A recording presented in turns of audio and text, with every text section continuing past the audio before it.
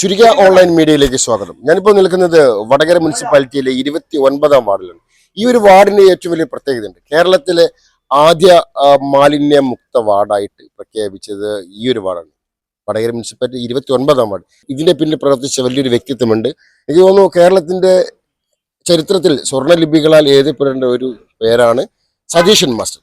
അദ്ദേഹത്തോട് നമുക്ക് ഇതിന്റെ പ്രവർത്തനങ്ങളും ഇവരുടെ കാര്യങ്ങളൊക്കെ നമുക്കറിയാം. അദ്ദേഹത്തെ വളരെ സ്നേഹപൂർവ്വം ഞാൻ സ്വാഗതം ചെയ്യണം. അപ്പോൾ വളരെ സന്തോഷമുണ്ട്. ഇന്ന് നടന്നത് നമ്മുടെ 1 കോടി തൈ നടാം. അതിന്റെ ഭാഗമായിട്ട് ആദ്യമായിട്ട് നമ്മുടെ വടകര മുനിസിപ്പാലിറ്റിയിൽ ഇവിടെയാണ് സ്റ്റാർട്ട് ചെയ്തത് അല്ലേ? അതെ, കേരളത്തിലെ തന്നെ ആദ്യത്തെ മാലിന്യമുക്ത നഗരസഭയാണ് വടകര. വടകര നഗരസഭയുടെ മാലിന്യമുക്ത പ്രവർത്തനവുമായി ബന്ധപ്പെട്ടുകൊണ്ട് വളരെ നല്ല ഒരു പ്രവർത്തനം കാഴ്ചവെച്ച വാർഡാണ് വാർഡ് 29. 2021 ഒക്ടോബർ 2-ാം തീയതി വടകര നഗരസഭ മാലിന്യമുക്ത നഗരസഭയായി പ്രഖ്യാപിക്കുന്ന സമയത്ത് 29-ാം വാർഡിലെ എല്ലാ അയൽക്കൂട്ടങ്ങളും, എല്ലാ റെസിഡൻസ് അസോസിയേഷനുകളും, എല്ലാ രാഷ്ട്രീയ പാർട്ടികളും, യുവജന സംഘടനകളും, കലാസാംസ്കാരിക പ്രവർത്തകരും എല്ലാം ഒറ്റക്കെട്ടായി നിന്നുകൊണ്ട് ചെയർമാൻ ട്രോഫി അന്ന് നമ്മൾ കരസ്ഥമാക്കി. വളരെ അഭിമാനത്തോടു കൂടിയാണ് നാം ആ പ്രവർത്തനം മുമ്പോട്ട് കൊണ്ടുപോകുന്നത്. ഇപ്പൊ കഴിഞ്ഞ ഞായറാഴ്ചയോടുകൂടി 44 മാസം തുടർച്ചയായി മാലിന്യമുക്ത പ്രവർത്തനം നടത്തുന്ന ഒരു ഖ്യാതിയും നമ്മുടെ വാർഡിനുണ്ട്. വളരെ അധികം ആളുകളൊന്നും ഇല്ലെങ്കിലും തുടർച്ചയായി കൊണ്ടുപോവുകയാണ്. അതാണ് സുസ്ഥിരത. മാലിന്യത്തിന്റെ ഒരു പ്രശ്നം, ഒരാഴ്ച മുറ്റം അടിക്കാതിരുന്നാൽ എന്തായിരിക്കും സ്ഥിതി? അതുകൊണ്ട് മാലിന്യമുക്ത പ്രഖ്യാപനം എന്ന് പറഞ്ഞ് അവിടെ ഇരിക്കുകയല്ല, മറിച്ച് അതിന്റെ തുടർച്ച നമ്മുടെ വാർഡ് ഹരിത committee, green ward leader Raveendran മാഷിന്റെ നേതൃത്വത്തിൽ 44 മാസമായി തുടരുന്നു. 2ാം ഘട്ട പ്രവർത്തനം സംസ്ഥാന സർക്കാരിന്റെ നേതൃത്വത്തിൽ 2025 ആരംഭിച്ചപ്പോ നമുക്ക് മാലിന്യമുക്ത പ്രവർത്തനത്തെ കുറെ കൂടി ഉയരത്തിലേക്ക് എത്തിക്കാൻ കഴിഞ്ഞു. അതാണ് നെറ്റ് സീറോ കാർബൺ ക്യാമ്പയിൻ. അതാണ് ഒന്നിന്റെ തുടർച്ച. നെറ്റ് സീറോ കാർബൺ ക്യാമ്പയിൻ എന്ന് പറയുന്നത് വടകര നഗരസഭ 2035 ലക്ഷ്യം വെച്ച് പ്രഖ്യാപിച്ചതാണ്. നാം ശ്വസിക്കുന്ന ഓക്സിജന്റെ അളവ് കുറയുന്നു. അത് വളരെ അപകടകരമായ അവസ്ഥയിലേക്ക് എത്തിക്കും. അതുകൊണ്ട് ഒരു ഊർജ ഓഡിറ്റിംഗ് നടത്തി ഊർജ സംരക്ഷണം ഏതെല്ലാം രീതിയിൽ നടപ്പിലാക്കാൻ കഴിയും, അതുപോലെ തന്നെ കാർബൺ ഡൈ ഓക്സൈഡിന്റെ ഉദ്വമനം എങ്ങനെയൊക്കെ കുറക്കാൻ കഴിയും, അതിന് ഏറ്റവും പ്രധാനപ്പെട്ട ഒരു സംഗതി പരമാവധി വൃക്ഷങ്ങൾ വെച്ച് പിടിപ്പിക്കൽ തന്നെയാണ്. ആ വൃക്ഷങ്ങൾ വെച്ച് പിടിപ്പിക്കുന്നതുമായി ബന്ധപ്പെട്ടുകൊണ്ട് ഇപ്പോൾ കേരളം ഒരു ക്യാമ്പയിൻ ഏറ്റെടുത്തിട്ടുണ്ട്. 1 കോടി തൈകൾ വെച്ച് പിടിപ്പിക്കുക. ആ 1 കോടി വൃക്ഷത്തൈകൾ വെച്ച് പിടിപ്പിക്കുന്നതിന്റെ ഭാഗമായി നമ്മുടെ വാർഡിൽ ഇന്ന് 1000 വൃക്ഷത്തൈകൾ നടുന്നതിന്റെ ഉദ്ഘാടനമാണ് നടക്കുന്നത്. അതും നഗരസഭയിലെ 47 വാർഡുകളിൽ ആദ്യമായിട്ടാണ്. അങ്ങനെ നെറ്റ് സീറോ ക്യാമ്പയിൻ ജനങ്ങളിലൂടെ എന്ന പദ്ധതിക്ക് ശക്തമായ പിന്തുണ നൽകിക്കൊണ്ട് കുടുംബശ്രീയുടെയും അയൽക്കൂട്ടത്തിന്റെയും റെസിഡൻസ് അസോസിയേഷന്റെ ഒക്കെ പ്രവർത്തകർ ഇന്ന് ഇവിടെ ഒത്തുചേർന്നിട്ടുണ്ട്. വളരെ സന്തോഷമുണ്ട്. നമുക്ക് ഇന്ന് വഴിയോരങ്ങളിൽ ഒരു പച്ചത്തുരുത്ത് പോലെ ഹരിതാപമായ ഒരു വാർഡ് ഹരിത വാർഡായി മാറ്റുന്നതിന് വേണ്ടിയുള്ള ഒരു പ്രവർത്തനമാണ് നാം തുടക്കം കുറിക്കുന്നത്. ഈ പരിപാടിയിൽ പങ്കെടുക്കാൻ എത്തിയ എല്ലാവരെയും ഹൃദയപൂർവ്വം വാർഡ് കമ്മിറ്റിക്ക് വേണ്ടി സ്വാഗതം ചെയ്യുകയാണ്. ഇവിടെ നമ്മളെ ഹരിത കേരള മിഷന്റെ ഷംന നമ്മളോടൊപ്പം ഉണ്ട്. ഈ പ്രവർത്തനങ്ങൾക്ക് ആവശ്യമായ എല്ലാ പിന്തുണയും നമുക്ക് നൽകുകയാണ്. ഇവിടെ നമ്മൾ ഓർമ്മിക്കേണ്ടത്, ഈ ഒരു മേഖലയിൽ മാത്രമല്ല, നമ്മൾ ഡിജിറ്റൽ വാർഡ് എന്ന നിലയിൽ, ഫിലമെന്റ് രഹിത വാർഡ് എന്ന നിലയിൽ, കേരളത്തിലെ തന്നെ ആദ്യത്തെ സമ്പൂർണ്ണ ഹരിത അയൽക്കൂട്ടം എന്ന നിലയിൽ ഒരുപാട് മാതൃകാ പ്രവർത്തനങ്ങൾ നമ്മൾ കാഴ്ചവെച്ചിട്ടുണ്ട്. ഈ പ്രവർത്തനവും ഇവിടെ ചെടി കുഴിച്ചിട്ട് അവസാനിപ്പിക്കരുത്, അതിന്റെ പരിപാലനം കൂടി ഉറപ്പുവരുത്തിക്കൊണ്ട് നമുക്ക് മുമ്പോട്ട് പോകാൻ കഴിയണം. ഷംനയെ ഈ പരിപാടിയിലേക്ക് സ്വാഗതം ചെയ്യുന്നു. ഇതുമായി ബന്ധപ്പെട്ടുകൊണ്ടുള്ള കാര്യങ്ങൾ അവർ സംസാരിക്കും. നമ്മുടെ 2 കൊച്ചുകുട്ടികളായ പാച്ചുവും ഇവാനെയും ലക്ഷ്വിതും കൂടിയാണ് ഈ ചെടി കുഴിച്ചിടുന്നത്. 3 പേരെയും ഈ പരിപാടിയിലേക്ക് സ്വാഗതം ചെയ്യുന്നു. ഷംനയെയും പരിപാടിയിൽ പങ്കെടുക്കാൻ എത്തിയ എല്ലാവരെയും സ്വാഗതം ചെയ്തുകൊണ്ട് 2 വാക്ക് സംസാരിക്കാൻ ഷംനയെ ക്ഷണിക്കുകയാണ്. എല്ലാവർക്കും നമസ്കാരം. എന്നും വളരെ മാതൃകാപരമായ പ്രവർത്തനങ്ങൾ ഏറ്റെടുക്കുന്ന വാർഡ് 29 കൊക്കഞ്ഞാത്തിൽ തന്നെ നമ്മുടെ ഈ ഒരു പുതിയൊരു ക്യാമ്പയിൻ പ്രവർത്തനത്തിന് കൂടി തുടക്കം കുറിക്കാൻ കഴിഞ്ഞത് അഭിമാനാർഹമാണ്. കേരള സർക്കാർ ഇപ്പോൾ ആവിഷ്കരിച്ച 1 തൈ നടാം 1 കോടി വൃക്ഷത്തൈ വൽക്കരണവുമായി ബന്ധപ്പെട്ടുകൊണ്ടാണ് നമ്മൾ ഇന്നൊരു പ്രവർത്തനം നടത്തുന്നത്. നമ്മുടെ നെറ്റ് സീറോ കാർബൺ കേരളം ജനങ്ങളിലൂടെ പദ്ധതി ഏറ്റെടുത്തപ്പോൾ തന്നെ അതിനുള്ള ഒരു പ്രധാന കാർബൺ ഉദ്വമനത്തിനുള്ള പ്രധാന പരിഹാരം എന്നത് നമ്മൾ വൃക്ഷവൽക്കരണം തന്നെയാണ്.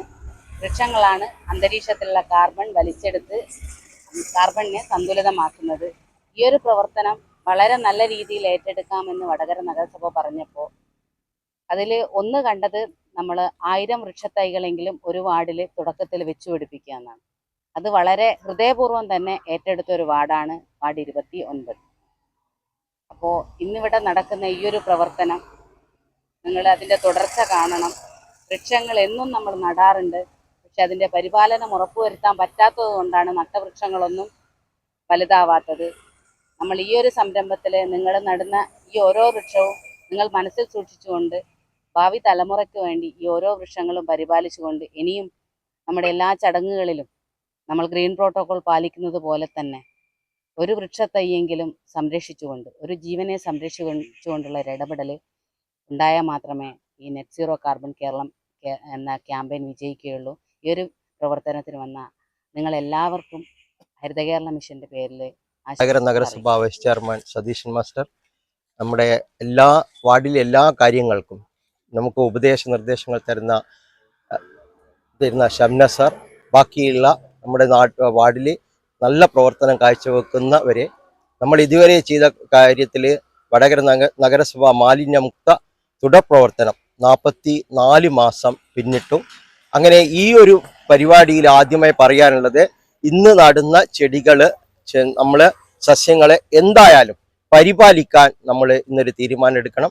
ഇതിനു വേണ്ടി പ്രവർത്തിക്കുന്ന എല്ലാവർക്കും, ഇതിന്റെ ഔപചാരിക ഉദ്ഘാടനം ചെയ്ത ഷംന, പിന്നെ സ്വാഗതം പറഞ്ഞ സതീഷ് മാസ്റ്റർ, എല്ലാവർക്കും ഇതിൽ പങ്കെടുത്ത എല്ലാവർക്കും നന്ദി. നമ്മുടെ വടകര മുനിസിപ്പാലിറ്റിയുടെ വൈസ് ചെയർമാൻ സ്ഥാനം വഹിച്ച പ്രിയപ്പെട്ട സതീഷ് മാഷ്, അദ്ദേഹം ഈ ഒരു വാർഡിൽ മാത്രമല്ല വടകരയുടെ മുനിസിപ്പാലിറ്റി പടത്തിലുള്ള കൂടാതെ വിദ്യാഭ്യാസ മേഖലയിൽ എന്തൊക്കെയോ സ്പോർട്സിൽ എന്തൊക്കെ ഇപ്പോഴും ചെയ്തുകൊണ്ടിരിക്കുന്നില്ലേ? അതെ, വടകര നഗരസഭ കേരളത്തിന് തന്നെ മാതൃകാപരമായിട്ടുള്ള ഒട്ടനവധി പ്രവർത്തനങ്ങൾക്ക് രൂപം കൊടുത്തിട്ടുണ്ട്. അതിൽ ഏറ്റവും പ്രധാനപ്പെട്ട ഒന്നാണ് ദിശ, development of youth in sports and health activities. ഈ ദിശ എന്ന് പറയുന്ന പ്രോജക്റ്റ് ഈ നഗരസഭയുടെ ആദ്യ വർഷം തന്നെ ആരംഭിച്ചതാണ്. അത് കേരളം ഇന്ന് മാതൃകയാക്കിയിട്ടുണ്ട്. 2021 കേരളത്തിന്റെ സ്പോർട്സ് മിനിസ്റ്റർ ശ്രീ അബ്ദുറഹ്മാൻ സാറാണ് അത് ഉദ്ഘാടനം ചെയ്തത്. സാറ് ഇവിടെ വർക്ക് ചെയ്യുന്നുണ്ട് സ്കൂളിൽ? അല്ല, ഇതിന്റെ കൗൺസിൽ 2021 ഈ കൗൺസിലിന്റെ കാലത്ത് അത് നാരായണനഗരം ഗ്രൗണ്ടിൽ എല്ലാ ദിവസവും 6 മണി മുതൽ 7:30 വരെ 300ഓളം കുട്ടികൾക്ക് ഇതുമായി ബന്ധപ്പെട്ടുകൊണ്ടുള്ള പ്രാക്ടീസ് കൊടുക്കും. വോളിബോൾ, ഫുട്ബോൾ, അത്ലറ്റിക്സ്, ബാസ്കറ്റ്ബോൾ ഇന്നും അത് നടന്നുകൊണ്ടിരിക്കുന്നു, തുടർച്ചയായി നടന്നുകൊണ്ടിരിക്കുന്നു. അത് നമ്മുടെ ചെയർമാൻ അന്ന് ഈ പ്രൊജക്റ്റ് ഇംപ്ലിമെന്റ് ചെയ്യുമ്പോൾ പറഞ്ഞത്, വടകര നഗരസഭയ്ക്ക് ഒരു ഒളിമ്പിക്സ് മെഡൽ എന്നതാണ് സ്വപ്നം. ആ പ്രവർത്തനം ഇന്ന് നടന്നുകൊണ്ടിരിക്കുന്നു. ആ നടന്നുകൊണ്ടിരിക്കുന്നത് മാത്രമല്ല, അത് നമ്മുടെ കേരളം ഇന്ന് എല്ലാ നഗരസഭകൾക്കും മാതൃകയായി ഏറ്റെടുത്ത് നടപ്പിലാക്കണമെന്ന് ഉത്തരവ് ഇറക്കിയിട്ടുണ്ട്. അതാണ് അതിന്റെ സന്തോഷം. നമ്മളൊരു മാതൃക കേരളം മുഴുവൻ വ്യാപിക്കുന്ന ഒരു രീതി മുനിസിപ്പാലിറ്റി മാറി. നമ്മുടെ വാർഡാണ് അതിന് ഏറ്റവും മുൻകൈ എടുത്തത്. അതിന്റെ മറ്റൊന്ന്, ഇതിന്റെ സ്പേസ്, വിദ്യാഭ്യാസ മേഖലയിൽ വടകര നഗരസഭയുടെ ഒരു പരിപാടിയാണ് സ്പേസ്. നഗരസഭാ പരിധിയിലെ വിദ്യാലയങ്ങളിലെ കുട്ടികളുടെ അക്കാഡമിക് നിലവാരം ഉയർത്തുന്നതിന് വേണ്ടിയുള്ള പ്രവർത്തനം, അതും ഇങ്ങനെ തുടർച്ചയായിട്ട് മുന്നോട്ട് പോയിക്കൊണ്ടിരിക്കുകയാണ്. അപ്പൊ സാർ ഇപ്പം ഈ ഒരു വർഷം, അതായത് ഈ ഒരു ഇത് കഴിഞ്ഞാൽ പിന്നെ ഈ ഒരു സ്ഥാനത്ത് തൽക്കാലം ഒന്ന് നമ്മുടെ വാർഡിൽ നിന്ന് ഇപ്പം വനിതാ സംഭരണമൊക്കെയാണെന്ന് പറയുന്നില്ല. അപ്പൊ എന്താണ് ഈ ഒരു ഇതുവരെയുള്ള മേഖലയിൽ ഇത്രയും കാലയളവിൽ ചെയ്ത പ്രവർത്തനങ്ങളിൽ സംതൃപ്തനായി? ഇനി എനിക്ക് എന്തെങ്കിലും ചെയ്യാനുണ്ടായിരുന്നോ അത്തരത്തിലൊരു? അത് എന്തായാലും നമ്മൾ ഏതൊരു സ്ഥാനത്താണോ ഇരിക്കുന്നത് ആ സ്ഥാനത്ത് ഇരുന്നു കൊണ്ട് പരമാവധി ആ സ്ഥാനത്തോട് നീതി പുലർത്തുക എന്നുള്ളതാണ്. ആദ്യത്തെ 1 വർഷം വൈസ് ചെയർമാൻ എന്ന നിലക്കും അതിനെ തുടർന്ന് 2 വർഷം പിന്നെ വൈസ് ചെയർമാൻ അല്ല, പക്ഷെ അന്നേരം കൗൺസിലർ ആണെങ്കിലും നേരത്തെ തുടർന്ന പ്രവർത്തനങ്ങളെല്ലാം വളരെ നല്ല രീതിയിൽ നഗരസഭയുടെ ഉന്നതിക്ക് വേണ്ടി ഉപയോഗിക്കാൻ കഴിഞ്ഞു എന്ന് തന്നെയാണ് എൻ്റെ വിശ്വാസം. നമ്മുടെ വാർഡിൽ മാത്രമല്ല, നഗരസഭയുടെ എല്ലാ പ്രവർത്തനങ്ങളെയും കോർത്തിണക്കിക്കൊണ്ട് ചെയർമാനോടൊപ്പം നല്ല നിലയിൽ നിന്നുകൊണ്ട് മുമ്പോട്ട് പോകാൻ സാധിച്ചിട്ടുണ്ട്. ഇനിയിപ്പോൾ എന്തായാലും ഈ 29ാം വാർഡ് സ്ത്രീ സംവരണമാണ്. മത്സരിക്കുന്ന കാര്യത്തിൽ യാതൊരു സംശയമില്ലല്ലോ, അത് സ്ത്രീ സംവരണം ആയതുകൊണ്ട് തന്നെ ഉണ്ടാവില്ല. പക്ഷെ അപ്പോഴും ആര് തന്നെ കൗൺസിലറായി കഴിഞ്ഞാലും ഈ പ്രവർത്തനങ്ങളുടെ തുടർച്ച ഈ വാർഡിലും നഗരസഭയിലും ഉണ്ടാക്കാൻ എന്തായാലും കൂടെ ഞാൻ കൂടെ ഉണ്ടാകും. കാരണം ഒരുപാട് കാലമായി സാമൂഹ്യ രംഗത്ത് പ്രവർത്തിക്കുന്ന ഒരാളാണ്. ഇദ്ദേഹം ഒരു സാമൂഹിക സാംസ്കാരിക പ്രവർത്തനം പിന്നെ നല്ലൊരു ഡാൻസറും കൂടിയാണ്, എൻ്റെ ഒരു ശിഷ്യനും കൂടിയാണ്. നമ്മള് നന്നായിട്ട് ഡാൻസ് പെർഫോം ചെയ്ത്, കാരണം എല്ലാവരോടും ചേർന്ന് നിൽക്കുക എന്ന ഒരു ഒരു നല്ലൊരു മനസ്സിനുടമയാണ്. അപ്പൊ അതിനെ കുറിച്ച് എന്തെങ്കിലും ഒരു അഭിപ്രായം നമ്മൾ അന്ന് ഡാൻസ് ചെയ്തിട്ട് ഓർക്കുന്നുണ്ടോ? അതെ, 2 ഇവിടെ വർഷം മുമ്പ്. റെസിഡൻസ് അസോസിയേഷന്റെ വാർഷികം, ഇവിടെ കേരളത്തിൽ തന്നെ ഏറ്റവും നല്ല രീതിയിൽ പ്രവർത്തിക്കുന്ന ഒരു റെസിഡൻസ് അസോസിയേഷനാണ് പ്രശാന്തി റെസിഡൻസ്. ഈ റെസിഡൻസ് അസോസിയേഷന്റെ സമ്മേളനങ്ങളൊക്കെ പലപ്പോഴും ഉദ്ഘാടനം ചെയ്യാൻ ഞാനൊരു കാണി മാത്രമായിട്ടാണ് ഇരിക്കാറ്. പക്ഷെ കഴിഞ്ഞ വർഷമാണ് നമുക്കൊന്ന് തോന്നിയത്, എല്ലാ സ്ത്രീകളും കുട്ടികളും എല്ലാം പലതരത്തിലുള്ള പെർഫോം ചെയ്യുന്നു, എന്തുകൊണ്ട് നമുക്ക് പുരുഷന്മാർക്കായിക്കൂടാ? അപ്പോൾ ഇതിന്റെ ആളുകൾ പറഞ്ഞു, മാഷ് ഉണ്ടാവുകയാണെങ്കിൽ ഞങ്ങളും ഉണ്ടാവും. അങ്ങനെയാണ് ഞാൻ അവർക്ക് പിന്തുണ പ്രഖ്യാപിച്ചുകൊണ്ട് 76 വയസ്സുള്ള മുകുന്നാട്ടന്റെ നേതൃത്വത്തിൽ ഒരു ടീം ഉണ്ടാക്കുകയും അത് നല്ല വൈറലായിരുന്നല്ലോ അല്ലേ? വളരെയധികം ആവേശം ഉണ്ടാക്കിയ സംഗതിയാണ്. നേരത്തെ ചെറിയ ഡാൻസും കളികളും തമാശകളൊക്കെ ഉണ്ടായിരുന്നു, അതൊക്കെ നേരത്തെ പോയിരുന്നു. പക്ഷേ ഈ ഒരു സംഭവത്തോടു കൂടി അതൊക്കെ തിരിച്ചു വന്നു. എനിക്ക് തന്നെ വ്യക്തിപരമായി വലിയ ആവേശം ഉണ്ടാക്കിയാണ്. മാത്രമല്ല വാർഡ് ആളുകൾക്കും വളരെ വലിയ സംഗതി ആവേശം ഉണ്ടായി. അതിന്റെ വൈറലായ ഒരു സംഗതിയായിരുന്നു അത്. ഈ ബിജു രാഗമാലിക എന്ന് പറയുന്ന ഞങ്ങളുടെ ഗുരുനാഥനോട് ഞങ്ങൾ അതിൽ കടപ്പെട്ടിരിക്കുന്നുണ്ട്. ഏതായാലും അത് തുടർന്ന് കൊണ്ടുപോകാനുള്ള ആവേശം ഇവിടെയുണ്ട്. എല്ലാ വർഷവും അത് തുടരുമെന്നാണ് പ്രതീക്ഷിക്കുന്നത്. തീർച്ചയായിട്ടും വളരെ സന്തോഷം. ഇത്തരത്തിലുള്ള പ്രവർത്തനങ്ങൾ മറ്റുള്ള വാർഡുകളിലേക്കും ഇദ്ദേഹത്തെ അനുകരിച്ചുകൊണ്ട് നിങ്ങൾക്കും പ്രവർത്തനങ്ങൾ നന്നാവട്ടെ എന്ന് ആശംസിക്കുന്നു. Thank you.